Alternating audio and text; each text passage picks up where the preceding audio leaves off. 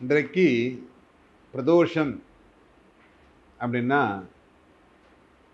உடனே மக்கள் கோயிலுக்கு போகணும், அடித்து பிடிச்சிக்கிட்டு போய் அந்த பிரதோஷத்தில் நந்தியம்பெருமானை பார்த்து, அது ஒரு பக்கம் காதை மூடுறாங்களா மூதலையான்னு தெரியல, என்னமோ அது காதில் போய் எதையாவது சொல்லிவிட்டு என்ன சொல்கிறாங்கன்னு தெரிய மாட்டேங்குது. எதையை போய் அவர்கிட்ட போய் டப்படப்படப்படன்னு சொல்லி முடிச்சுவிட்டு 2 சுற்றி வந்து ஐயர் கொடுக்குற பிரசாதத்தை வாங்கின்னு வீட்டுக்கு வந்துடணும். இது இன்றைக்கு பிரதோஷ காலம். இந்த பிரதோஷ காலத்தில் நான் போய் சிவபெருமானை பார்த்து விட்டு வந்து விட்டேன் அப்படின்னு. ஏன்னா வேலை, எல்லாருக்கும் வேலைங்கிறது எல்லாருக்கும் இருக்குது. அவர்களுடைய பணிச்சுமை அதிகமாக இருக்கிறது. ஏன்னா நாம் எப்படி வாழ்ந்தோம், இன்றைக்கு எப்படி வாழ்கிறோம் அப்படிங்கிறது நம்முடைய வரலாறுகளை படித்தீர்களே ஆனால் தெரியும். என்ன இப்படி சொல்கிறேன்னு நினைக்காதீங்க.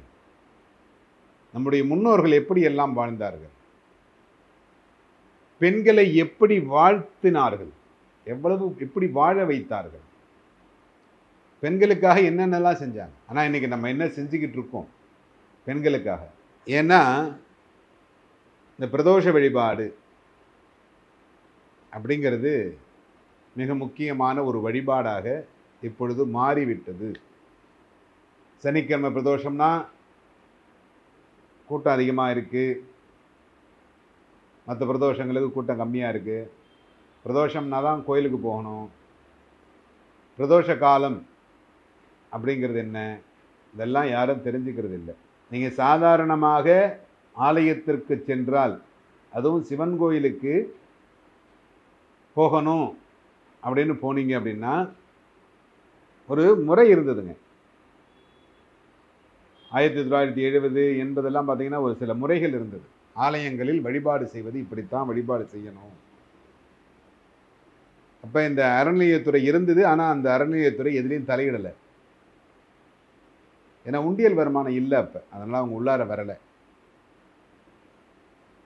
ஆலய பூஜைகள் இப்படித்தான் நடக்கணும் அப்படின்னு அந்த ஊரில் இருக்கக்கூடியவர்கள் முடிவு செய்து அவர்கள் வழிநடத்தி வந்தார்கள். இன்றைக்கு அந்த ஊரில் இருக்கிறவங்க யாரும்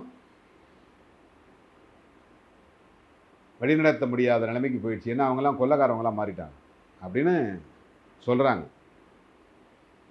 அதனால தான் இந்த அறநிலையத்துறை உள்ளார வந்துச்சுன்னு அறநிலையத்துறை ஸ்டேட்மெண்ட் கொடுக்குது.